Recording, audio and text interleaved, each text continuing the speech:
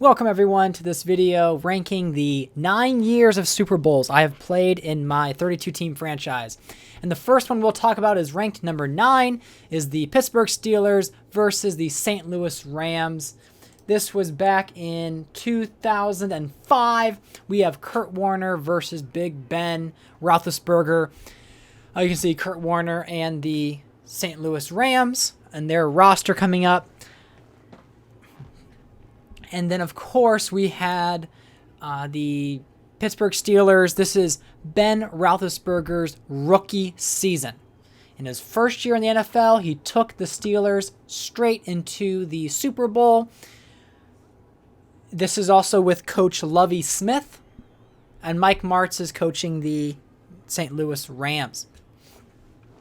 Now, I have this as the least highest Super Bowl, mostly because it ended up lacking in some competitiveness. It was one of the bigger differences. I actually think it was the biggest difference in my entire franchise history. But here we are. We see Ben throwing all the way over to Carter. I think that's Drew Carter. Carter was originally drafted by the Panthers, but in my reality is in Pittsburgh. And there he gets a touchdown. And now Roethlisberger is looking back to pass again. And Richard Angelo, the tight end, gets the second touchdown. So as you can see, Pittsburgh is doing well on offense. Rodney Harrison, who did go to Pittsburgh, has been doing fantastic on defense. I wanted to show some defensive highlights there because the Rams were known for having a high-powered offense. But unfortunately, the Steelers were having none of it. So here we are, though. This explosive play by Marshall Faulk comes away with a huge touchdown for the St. Louis Rams. So big play there because the Rams can explode at any moment with Torrey Holt, Isaac Bruce. They had great receivers, Kurt Warner, Marshall Faulk. But the Pittsburgh Steelers, like right there, Hines Ward and Big Ben connecting for that huge touchdown. And here we go again, Big Ben looking to throw, and he throws it deep, tipped. And here's where the Rams have some life in the third quarter. As you can see, right off the hands of Carter and into the hands of D'Angelo Hall. Pittsburgh, who was forced to punt, decided to fake it, and this allowed them to keep their drive alive. We see Pinkston, who came over from the Philadelphia Eagles, getting the big touchdown there to go up 28-7 here in the Super Bowl. Now, clearly, as you can see, the distance between the Rams and the Steelers keeps growing. There wasn't really a moment where I felt the Rams really had it. But right there, a beautiful timed pass to Torrey Holt. With about 5 minutes left to go in the fourth, we see the Rams coming away with another touchdown. But in the end, the Steelers come away 28-14. Casey Hampton had 3 sacks and is the Super Bowl MVP for Pittsburgh. Although Roethlisberger did his part, it was largely due to the defense of why they won this game. Next, we have the 2010 Patriots versus the Minnesota Vikings. This is the Tom Brady versus Brett Favre matchup. Tom Brady is in his first Super Bowl since 2002 when he was able to defeat the St. Louis Rams. Yes, St. Louis Rams back in 2002. And then Brett Favre is making his first Super Bowl since the 1990s and his first time as the Minnesota Vikings quarterback. But here we are. We start off the game on the first drive. Jamal Charles with the Patriots powers his way through defenders and gets a touchdown. Meanwhile, the Vikings can only match it with a field goal. There we see Brady with some of his favorite options like Leonard Pope, the big tight end, I think 6'8". But they drive down again, and boom, there's Randy Moss, who has really electrified the Patriots. He was there a year earlier, I believe, maybe 2 years, but this is the first time they got to the Super Bowl together. Here we have Brett Favre. I'm trying to find a way to get a throw out, and there, a forced play there, and Thomas Davis Sr. comes away with the interception, only making life worse for the Minnesota Vikings. Here we are, Brady looking to throw, and he lobs it up to Andre Johnson. Yes, they have Andre Johnson too. I had a poll in the Discord, and I said, where should Andre Johnson, who was drafted by the Cardinals, get traded to? Because the Cardinals have Calvin Johnson Jr. And everyone said Patriots, so the Patriots got him with a first and third round pick. So they gave up a lot, but he got them to the Super Bowl. As you can see there, Charles runs in a second touchdown of this Super Bowl. Favre now in the red zone, throws it, connects with Darrell Jackson, the veteran. They got him a few years back from the Seattle Seahawks. And then they decide to go for 2, and they get it with tight end Donald Lee. Now the Patriots are in the red zone, throws it up, and there's Billy Bajima, tight end, second string behind Leonard Pope, getting a touchdown. And as you can see, the Patriots extend their lead even further. This game, again, very similar to the other ones, was less than close. We have a 17-point difference right now. Favre is not giving up. Before the end of the third, we see Darrell Jackson getting a second touchdown. And they go for 2 points. And Milner, the third tight end, gets... their second tight end, excuse me, gets it. And after only getting a field goal, we see Bill Belichick defeating Coach Norv Turner. Brett Favre is unable to come away with a Super Bowl victory here. And so the Patriots are 2-2 at this point in their franchise history in Super Bowls. They've never lost. Tom Brady gets the MVP with 259 yards, 2 touchdowns. So again, this was ranked number 8 because the difference was too wide. It didn't come down to anything close. And here we have the 49ers versus the Broncos, 2008. So as you can see, we have Derek Anderson leading the Broncos versus not Kurt Warner, and Drew Brees. That's it. Drew Brees leading the San Francisco 49ers. This game also became pretty clear that you had Brees versus Anderson. Anderson is able to lead them to a field goal in the first drive, but Drew Brees making things happen with the rollout here in his very first Super Bowl, connects with Higgins. Big touchdown there to give them the lead. There we have Brees back to pass. Rolls out and he lobs up to Moss. And that is Santana Moss, who's a great pass catcher there. Big play.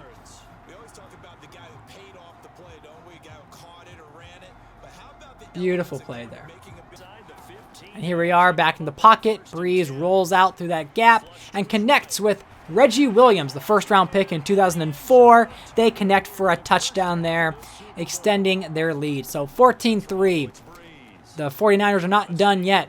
And here, with a few seconds left in the half, Brees gets out of bounds with 4 seconds, getting the 49ers in field goal range to go up by a field goal. Lucky there, I hit off the post, but it's good, so they're up by 14. 49ers, Brees rolls up, and he gets hit and fumbles the ball. This is an opportunity for Denver that they unfortunately don't capitalize on. Now back in the red zone, Brees looking to throw, and he is able to find his man, Reggie Williams, for his second touchdown of the game. Anderson trying to get something going, 24-3. And there's Clinton Portis with an amazing catch. Actually, I think it shouldn't have been counted as a catch, and you'll see the replay where he only really gets 1 foot in bounds, but I guess maybe his butt touched the end zone too. You'll see it right there. It's really one leg. But maybe the officials gave it to him because they were just getting their butt kicked. We see that the 49ers getting another field goal to tack onto their lead. Anderson trying to get something going because, again, it's over. But they want to have a better score at the end of this game. And there's Larry Brackens making the catch. And then, of course, there's Anderson looking for the end zone. Connects with Ren Robinson. And Ren Robinson runs it right into the end zone for a touchdown. They go for 2, and they get it. So they have a 9-point loss instead of a bigger loss. 49ers get their Super Bowl with Drew Brees passing for 3 touchdowns in his first Super Bowl appearance ever with the 49ers. This does add to making the San Francisco 49ers have 6 Super Bowls. in their franchise history. Next, we go back to Madden 20 in 2003, my very first season. We have the undefeated, perfect season Philadelphia Eagles, 16-0, led by this man here, Donovan McNabb. He had a fantastic year, both throwing and running, up against Drew Bledsoe with the Buffalo Bills. And this was something that I didn't expect the Bills to make the Super Bowl here. But as you can see, there's some good players there on the Eagles. I really like the Super Bowl presentation in Madden 20, way better than Madden 22. We'll see how Madden 24 pans out. But as you can see, Bledsoe almost 4,000 yards. Similar stats to McNabb. But the Bills are trying to stop the undefeated season of these Philadelphia Eagles.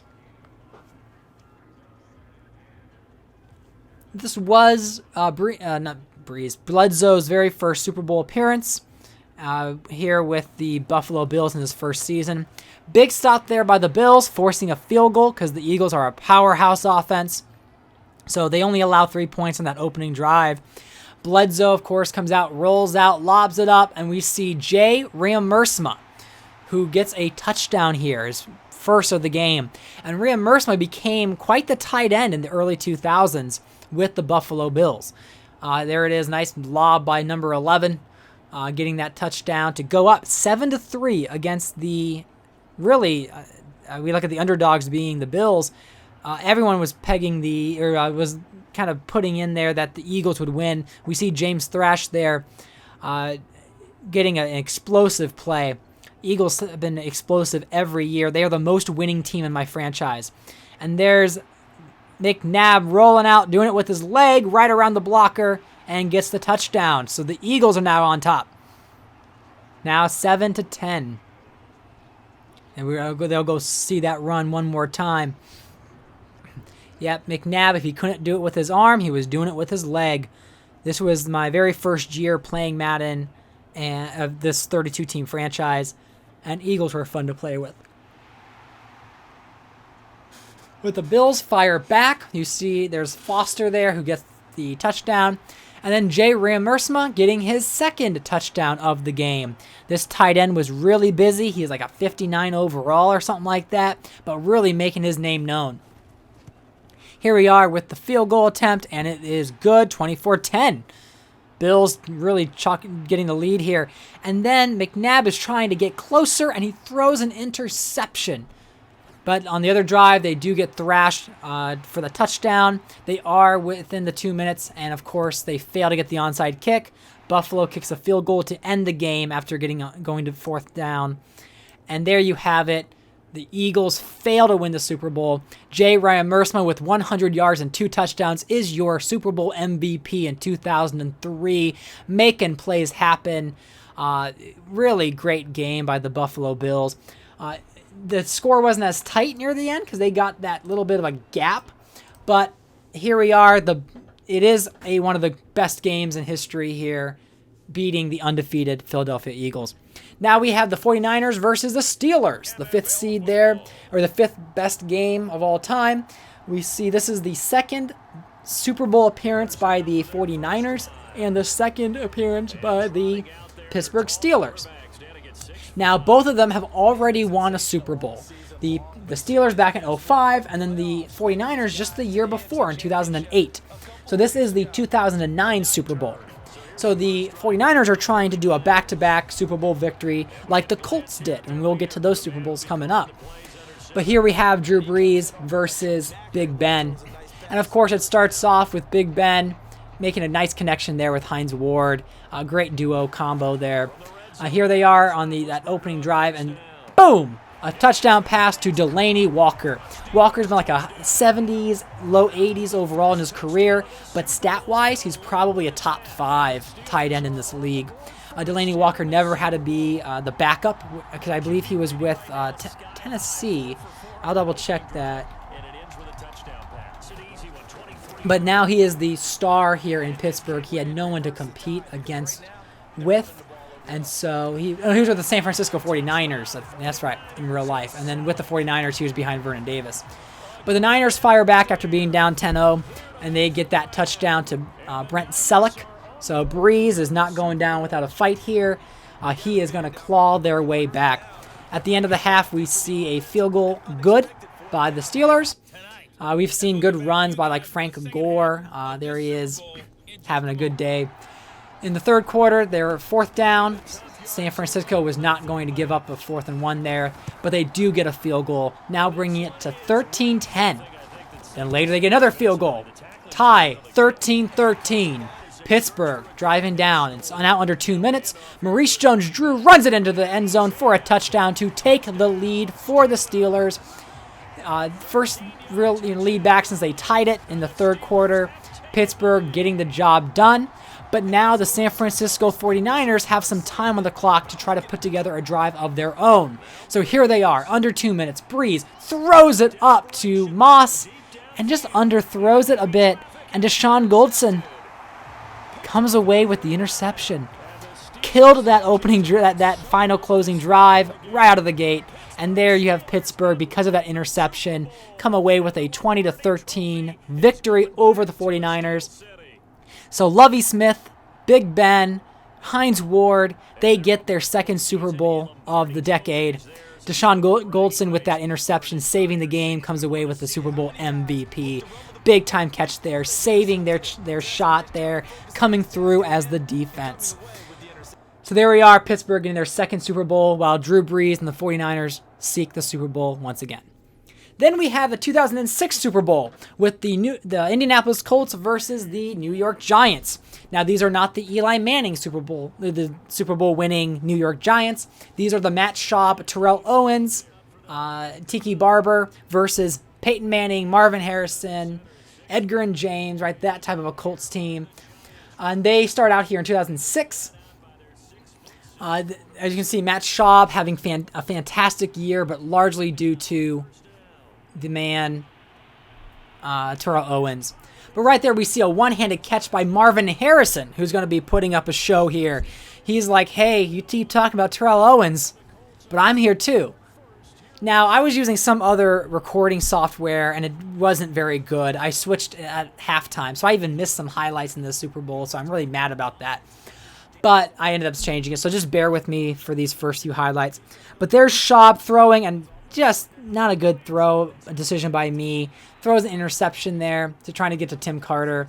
So Manning is able to connect with Edgar and James for a screen, getting the Colts the early 14-point lead. So yes, this is one Super Bowl before the Colts actually made the real Super Bowl against the Chicago Bears. So this is already good for Peyton Manning's career, getting out early. There, Matt Schaub is not giving up, connects with Tim Carter for a touchdown. Now they're only down by 7. Tim Carter actually became a really good receiving option for the New York Giants as a second option to Terrell Owens.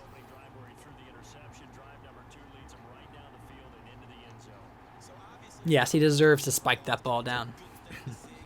And then this is where I had some recording issues, but we see right there Terrell Owens getting a touchdown. Peyton Manning not having any of it. Passes back to Marvin Harrison, who gets a touchdown. And then, of course, you have people like Tiki Barber there making good runs for the New York Giants. Good man there, slipping, breaking tackles. This is like a halftime highlight here, just sharing off. And that was the touchdown pass to Terrell Owens. But now in the third quarter, the Giants are trying to get back into this game. And deep throw, caught by Carter, corner of the end zone. And Tim Carter comes down with the touchdown catch. This now gets them closer to tying the game up. So there we go. Matt Schaub really just lobbing it up. Matt Schaub had a fantastic time with Terrell Owens and this Giants offense because he could run the ball with Tiki Barber. He was able to throw it up top to Terrell Owens, or he'd be able to drop it off to like a Tim Carter and Jeremy Shockey. So here is Manning firing back with Marvin Harrison, who gets his third touchdown of the Super Bowl. Marvin Harrison is flexing right here. He is saying anything that Terrell Owens can do, I can do better. And he is making his name known here as Mr. Hands, Mr. Making It Happen. Here we have Matt Schaub connecting with a touchdown pass to Terrell Owens. With time winding down with 1 minute and 12 seconds left. Big play there, right? When you need a touchdown, you go to your main man, and here he is connecting with Terrell Owens. And in this Super Bowl, the Giants are going to go for it. They want to win now, and here they are throwing to Terrell Owens, and he drops it. Beautiful defense, missed opportunity, and because of that, the Indianapolis Colts win the Super Bowl. Had he caught that, the Giants would have won, or at least the Colts would have had a chance maybe to get a field goal.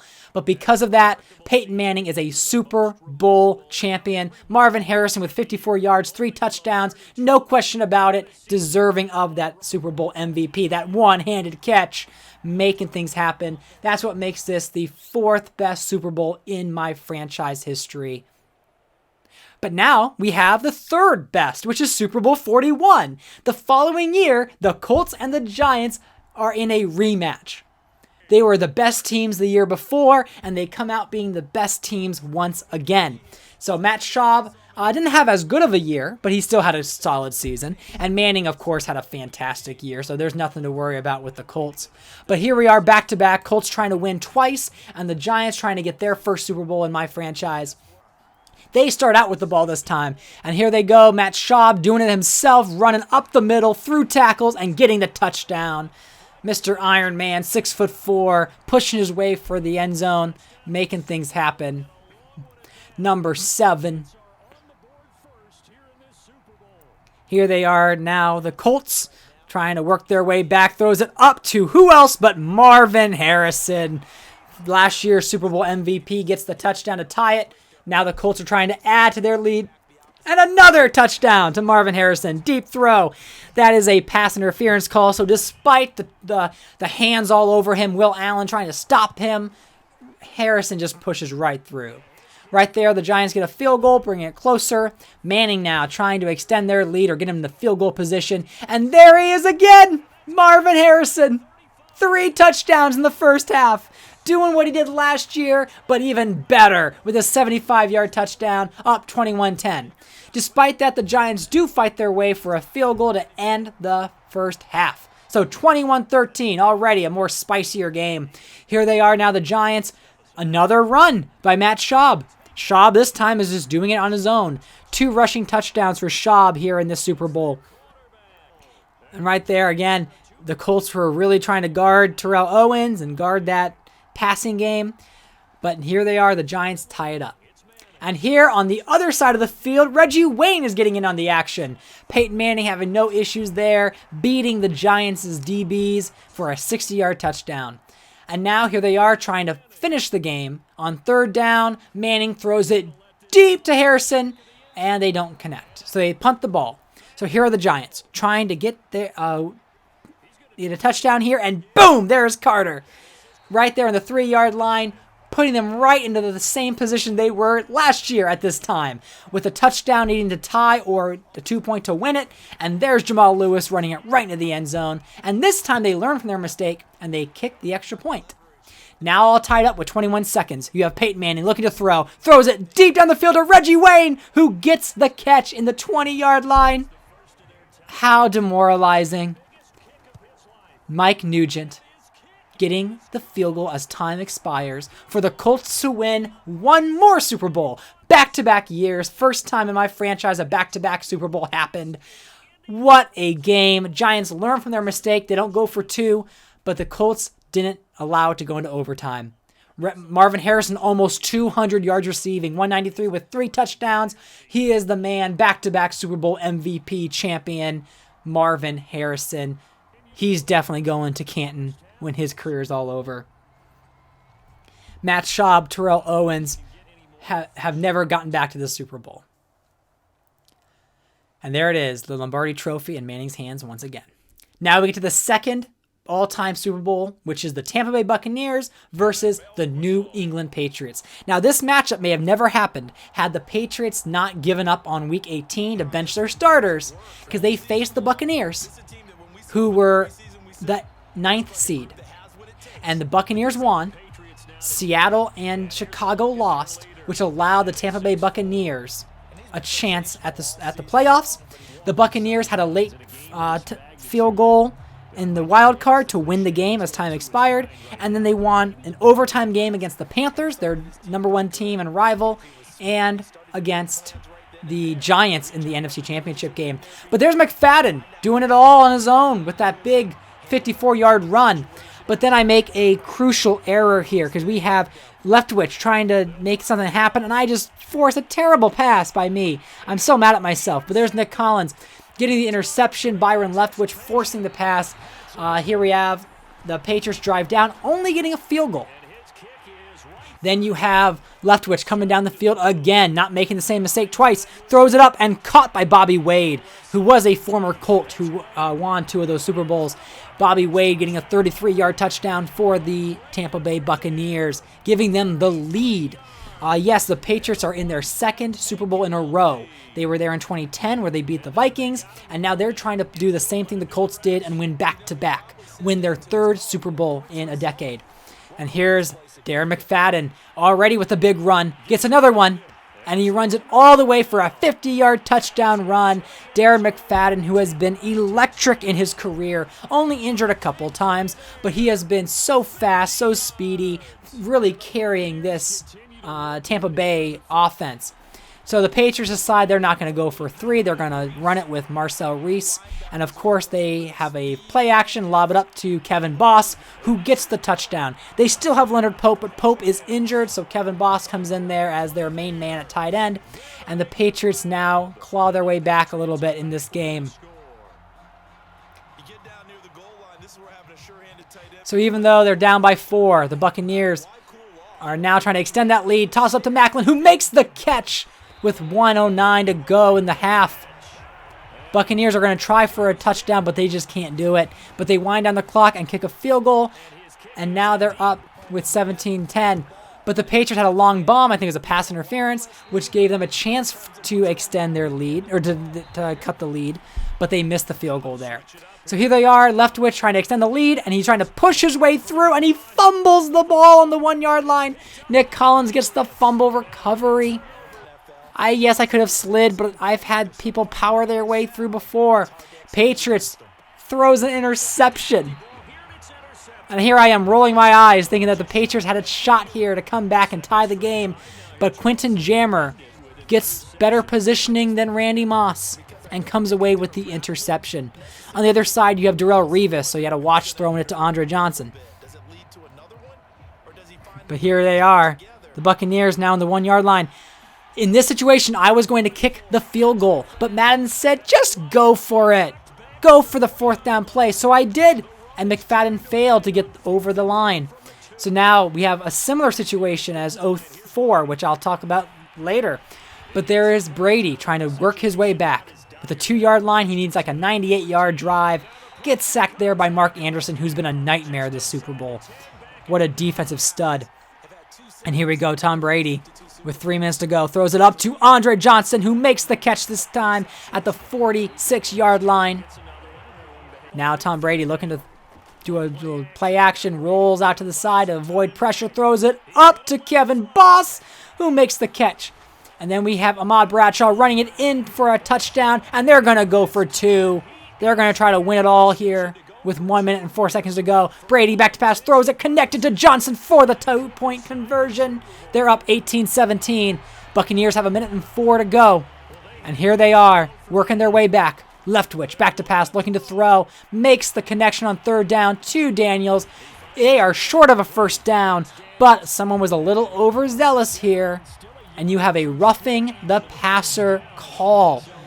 Things going the Buccaneers' way. You've got Jovan Hay going too fast. And the Leftwich getting the better field goal range. And Macklin makes the catch but fumbles the ball.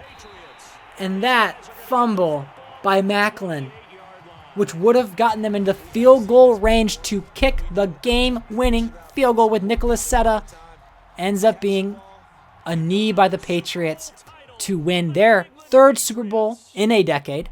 They are 2-0 in the 2010s, as they won 2010 and 2011 Super Bowl.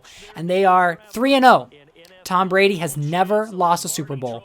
But the MVP does go to Nick Collins, who had the interception, the fumble recovery, gets the recognition there, being the #1 guy. And there we go, Patriots winning the Super Bowl. Now we've got the 2004 Super Bowl, the best Super Bowl of my franchise, which was year 2. We have the Houston Texans in their second season as a franchise being carried by David Carr going up against the Jake Delhomme Panthers. And the Panthers have one of the best defenses in the league. And they even got better since then. They are run by Jake Delhomme, who was their quarterback at this time. And the Carolina Panthers did make this Super Bowl. However, they lost to the New England Patriots in real life. But now they're face off against the Houston Texans. As you can see, I mean, just look at this team. The Texans are not that good. They were the 6th seed. They weren't even supposed to really be here. Whereas the Panthers had a similar thing where they weren't really the best team, but they had a lot of good success there with Jake Delhomme. They also have Larry Johnson at running back, Steve Smith, Muhsin Muhammad. So here we are. We're looking at, there we go. There's their offensive line. And then here is their Muhammad. They have Ricky Watters, who was with the Patriots last year, now with the Panthers. So to start off, David Carr throws it up right to Rutledge for the touchdown. I don't know why. It just seems like Madden 20 just played better than Madden 22. I like the presentation better. Even just that pass, that flow, it looks a lot better in my opinion. I'm hoping Madden 24 is better than 22. But there we go. But in my reality now, back to reality, we have the Texans giving a hard time to the Panthers. You see Terrell Suggs, who was their first-round pick in the 2003 draft, causing havoc for the Panthers, sacking Delhomme. And here we go. Delhomme still gets down the field, rolls out, looking to throw. Nobody at all, anywhere. So Delhomme just runs it in. So Jake Delhomme gets, and he's like a 64 overall. He ain't any good. But he gets a touchdown there for the Carolina Panthers. No, this was a very exciting Super Bowl, and you'll see why coming up. But here they are up tying at 7-7. Now, all of a sudden, the Panthers get the ball back under 2 minutes, throws it up to Teo Johnson. Teo Johnson is a tight end that you probably have never heard about. But he has been one of my dominant tight ends in my franchise. He was the second-round pick in 2003. We had Larry Johnson in the first round, Teo Johnson in the second round. And Teo was with Panthers, and he went to Cleveland. He's been with Washington. But here we go, Jabbar Gaffney making a huge play there for the Houston Texans. Just slaying it, 75-yard touchdown bomb. This is not the last you'll hear of Jabbar Gaffney. Here we have David Carr looking to throw, and up to Michael Lewis with the touchdown, going up 21-14. In the third quarter, we got Jake Delhomme. He ain't going to put up with this. He throws it up, and it's caught by Aiken. Sam Aiken, the 5th-round pick, a rookie in 2003, making a 36-yard touchdown. Now, the Panthers get a little cute here. They decide to go for 2. They want to take the lead, and they throw it up, and Teo Johnson can't get it through double coverage. And not the best choice on my part. But they get the ball back regardless. So here we have Delhomme throwing the ball up, caught by Aiken. Look at that beautiful catch from a 5th-round pick. There, Delhomme pump fakes, looks to throw, lobs it up to Muhammad, and Williams comes down with the interception. Not good there for the Carolina Panthers.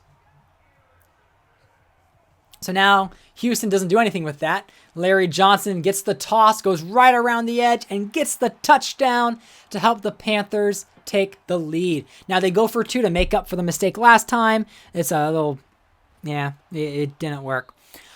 So they're up by more than a field goal, right? And so here they are. Carr's having trouble too. These Panthers defense is not anything to shake at. There's out Wallace. And here they are on the 1-yard line. They should win the game. And there's the fumble on the 1-yard line. Larry Johnson, all he had to do was just not fumble, and the Panthers would have won the game. They were running out the clock. But there on the 1-yard line, Larry Johnson tries to get into the end zone and fumbles. And this is where the game becomes iconic. This is why look at that. The ball never crosses the goal line. So here we have David Carr trying to make something happen. Throws it to Lewis. Lewis fumbles the ball. Grant gets it, fumbles the ball too. My goodness, my heart was racing. Oh man, the stress in this game. Now David Carr gets the ball back and he's trying to make something happen. Connects with Billy Miller, the tight end. Now he's back to pass, looking to throw. Carr throws it up to Bradford, he's been fantastic. I love Bradford in Madden 20. We have Carr looking to throw, throws it up, and it's dropped by Lewis. 41 seconds to go. Carr looking to pass, looking where to go. He connects, does not connect with Miller. Gets swatted.